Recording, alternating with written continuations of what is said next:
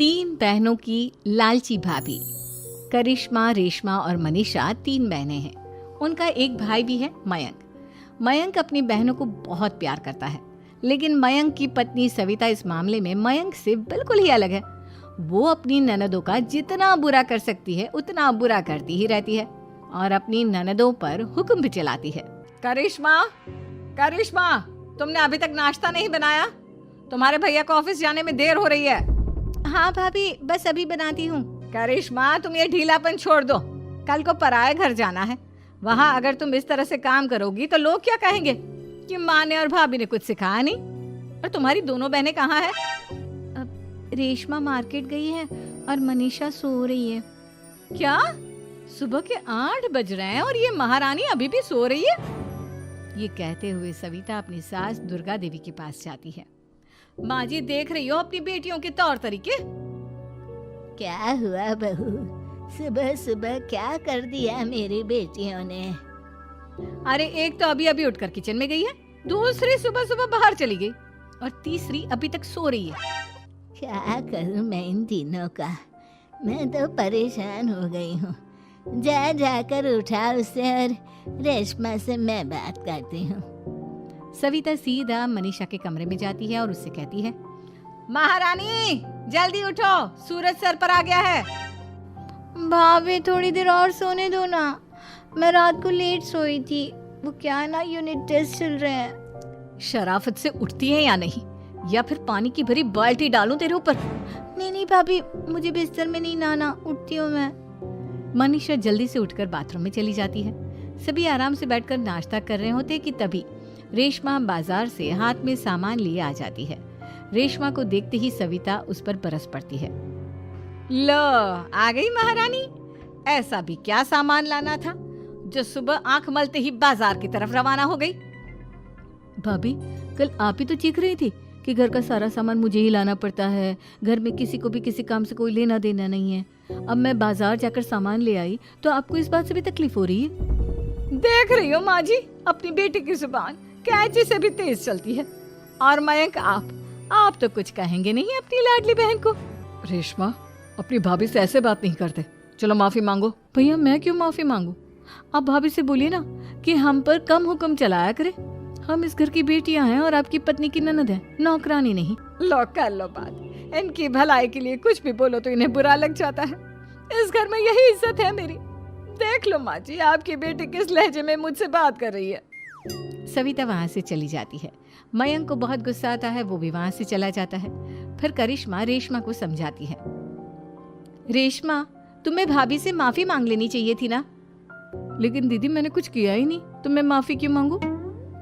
हाँ करिश्मा दीदी, रेशमा दीदी जैसे ही घर में आई भाभी ही उन पर चिल्ला रही थी।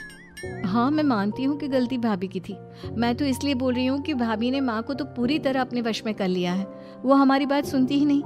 मयंक भैया हमारे लिए हमेशा खड़े रहते हैं, इसलिए उनकी बात का मान तो तुम्हें रखना चाहिए था ना।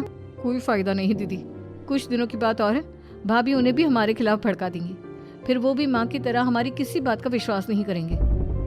इसी तरह सविता अपनी तीनों ननदों को किसी न किसी बात पर परेशान करती रहती थी। एक दिन मयंक अपनी तीनों बहनों के लिए गिफ्ट लाया।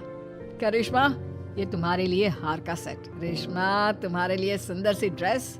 और मनीषा, तुम्हें किताबें पसंद है ना, तुम्हारे लिए किताबें लाया हूँ। थैंक यू भैया। थैंक यू भैया। थैंक यू भैया। करिश्मा, तुम्हारा नेकलेस कितना सुंदर है। ये भैया कहाँ से ले आए होंगे? मैंने भैया को 3 दिन पहले फोन पर ये डिजाइन दिखाया था और आज भैया ये ले आए। सविता तो अपनी ननदों के गिफ्ट्स देखकर जल गई और करिश्मा का नेकलेस तो उसे भी बहुत पसंद आया था। अपनी बहनों के लिए कितना अच्छा नेकलेस लेकर आए हैं, मुझे कभी कोई गिफ्ट नहीं दिया। मैं आज ही ये हार चुरा लूंगी। रात में सविता करिश्मा का हार चुरा लेती है और इसी तरह उसे अपनी ननदों की जो भी चीज अच्छी लगती वो उसे मांगती नहीं, बल्कि रात के अंधेरे में चुरा लेती। इसी तरह दिन बीतते गए और सविता ने मयंक के दिल में भी उसकी बहनों के लिए नफरत पैदा कर दी। एक दिन मयंक ने करिश्मा और रेशमा के लिए रिश्ता देखा और ये बात उसने घर में सबको बताई। माँ, करिश्मा और रेशमा के लिए बहुत अच्छा रिश्ता आया है। वो लोग कल इन्हें देखने आ रहे हैं। आप और सविता मिलकर सारी तैयारी कर लेना। ये सुनकर करिश्मा और रेशमा खुश हो जाती हैं, लेकिन सविता सोचती है, अगर इन दोनों बहनों की शादी हो गई तो घर और बाहर का काम कौन करेगा? मनीषा तो एक नंबर की कामचोर है, उससे तो किसी बात की उम्मीद लगाना ही बेकार है। मुझे इस शादी को रोकना होगा। अगले दिन सभी लड़के वालों के स्वागत की तैयारी करने में लगे होते हैं। तभी मयंक अपनी बहनों से आकर कहता है, तैयार हो गई तुम दोनों? देखो दोनों लड़के बहुत अच्छे हैं, मैं कोई कसर नहीं छोड़ना चाहता, इसलिए तुम उनके सामने अच्छे से बिहेव करना और अपनी भाभी से लड़ने मत लग जाना। करिश्मा, तुम वो नेकलेस पहन लो ना जो मैं तुम्हारे लिए लाया था। भैया मैं बहुत देर से वो नेकलेस ढूंढ रही हूँ, लेकिन मुझे मिल ही नहीं रहा। क्या तुमने नेकलेस खो दिया? तुम्हें पता भी है वो कितना महंगा था? तुम कोई काम ढंग से नहीं कर सकती। मयंक गुस्से में वहां से चला जाता है। थोड़ी देर बाद लड़के वाले भी आ जाते हैं। वो दोनों बहनों को पसंद कर लेते हैं और रिश्ता पक्का हो जाता है। लेकिन सविता के दिमाग में तो कुछ और ही खिचड़ी पक रही थी। वो पंडित जी के पास करिश्मा की कुंडली लेकर जाती है और उन्हें पैसे देकर करिश्मा की कुंडली बदलवा देती है। जब लड़के वालों के पास करिश्मा की कुंडली जाती है तो वो दुर्गा को फोन करते हैं। बहन जी, हमने करिश्मा की कुंडली अपने पंडित जी को दिखाई थी। आपकी बेटी की कुंडली नहीं बल्कि दोषों का पिटारा है। देखिए, मैं और मेरे पति इन सब बातों में बहुत विश्वास करते हैं, इसलिए हम आपकी बेटी से अपने बेटे की शादी नहीं करा सकते। इस तरह करिश्मा का रिश्ता टूट जाता है और सभी घर वालों को बहुत दुख होता है। अब कविता सोचती है, चलो करिश्मा का तो रिश्ता टूट गया, अब रेशमा का भी रिश्ता तोड़ना है। क्या करूं? अब सविता आवाज बदलकर किसी अननोन नंबर से रेशमा के होने वाले ससुराल में फोन करती है। हेलो, मैं कौन हूँ कौन नहीं ये आपके लिए जानना जरूरी नहीं। बस इतना सुन लो कि रेशमा का 2 साल से किसी के साथ अफेयर चल रहा है। बस रेशमा का रिश्ता तोड़वाने के लिए सविता का इतना कहना काफी था। अब रेशमा का भी रिश्ता टूट गया।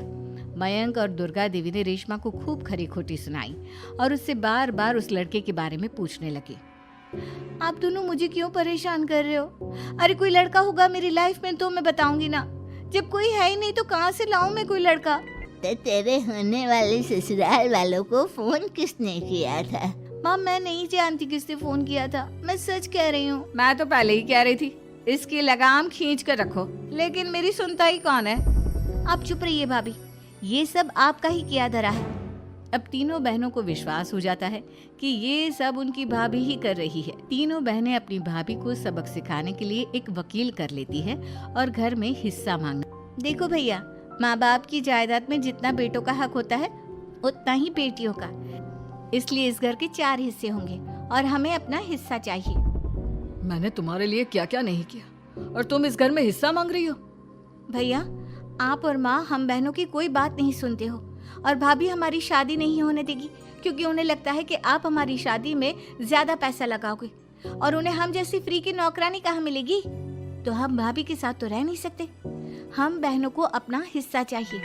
अरे तुम्हें शर्म आनी चाहिए अपने भाभी पर ऐसा इल्जाम लगाते हुए। वो तुम्हारे बारे में कितना सोचती है। हाँ माँ, भाभी हमारे बारे में बहुत सोचती है, दिन रात बस यही सोचती रहती है कि किस तरह से अपनी तीनों ननदों को परेशान करूं और कभी मुझे पढ़ने भी नहीं देती।